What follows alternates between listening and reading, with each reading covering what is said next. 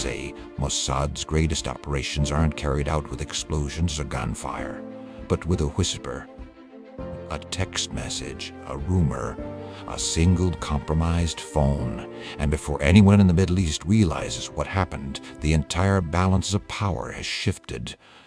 To understand how Mossad operates across the Middle East, you must first understand something simple and terrifying. They don't send agents into the region, they build the region into their agents. Mossad's power doesn't come from elite commandos or advanced drones, though they have both. It comes from people. Smugglers, businessmen, opposition figures, migrants, tribal rivals, urban dissidents, border police, even militia members who secretly want out. In a region divided by sect, tribe, and politics, Mossad studies the fault lines like a map and slips inside every crack. Their first mission is always the same: find the resentful, the ambitious, the desperate, and give them a reason to talk. In Yemen, 2025 investigations revealed Mossad used online recruitment channels, political pages, fake NGOs, freelance job postings to identify young men opposed to Iranian-aligned groups. Most never realized who they were working for. In Lebanon, Mossad built spy networks inside telecom companies and engineering firms, not glamorous spies in tuxedos, but ordinary workers who had access to extraordinary data. In Syria, Mossad exploited the chaos of civil war, cultivating informants in towns where the government's reach had collapsed. A single corrupt officer can be more valuable than a battalion of soldiers. This is the heart of Mossad's Middle Eastern playbook. Use locals, blend in, operate with no footprint. These are Mossad's legends, deep cover operatives whose identities are so complete, even close friends never suspect them. They learn languages, dialects, tribal norms, market rhythms, religious etiquette. Their cover jobs are perfect, positions with access to movement, documents, finances, or gossip. Some live this life for years before they ever carry out a single mission. And when that mission comes, it usually changes the region. To Mossad, failed states are not dangers, they are openings. In Syria, Mossad embedded informants inside.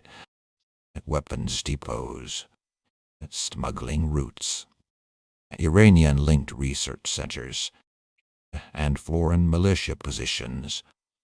In 2024, one such network helped guide the infamous Mossad raid, a strike that destroyed an underground missile facility tied to regional militias. In Yemen, Mossad allegedly monitored arms shipments from the Horn of Africa, drone parts smuggled through tribal lands, and military movements near the Red Sea. These operations didn't rely on Israeli soldiers, but on locals Mossad had cultivated with money, ideology, or survival.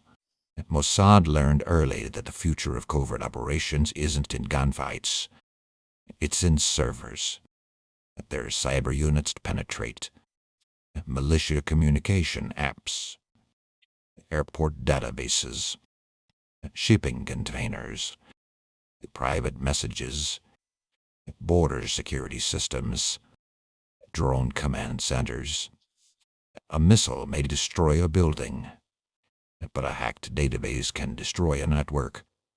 In modern warfare, knowing who pays whom is more powerful than knowing who shoots whom. Cyber operations set the stage. The physical world executes the finale. Here is the twist most people never know. Several Arab governments have quietly cooperated with Mossad while publicly condemning Israel. Shared enemies create shared intelligence.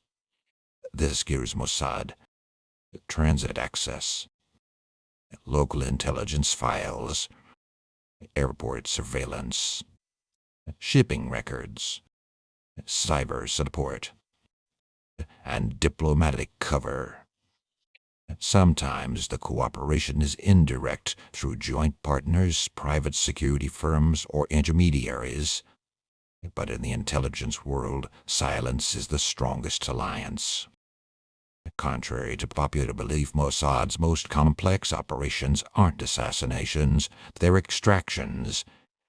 Pulling out an informant before he's exposed.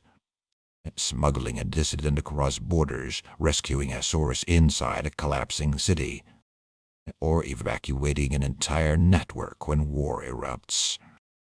These missions require coordination, timing, foreign support, forged identities, and sometimes private jets. Extraction is the ultimate test of Mossad's precision because failure means death. The Middle East is not a region where one strategy works. Borders shift, alliances flip, militias rise and fall. Governments collapse overnight. But Mossad's model thrives in chaos.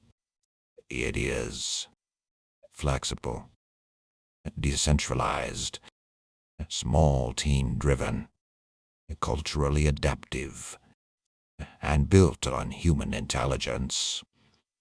While armies need territory, Mossad needs only access. While governments need recognition, Mossad needs only silence. In the next decade, Mossad will rely less on human agents and more on digital ghosts.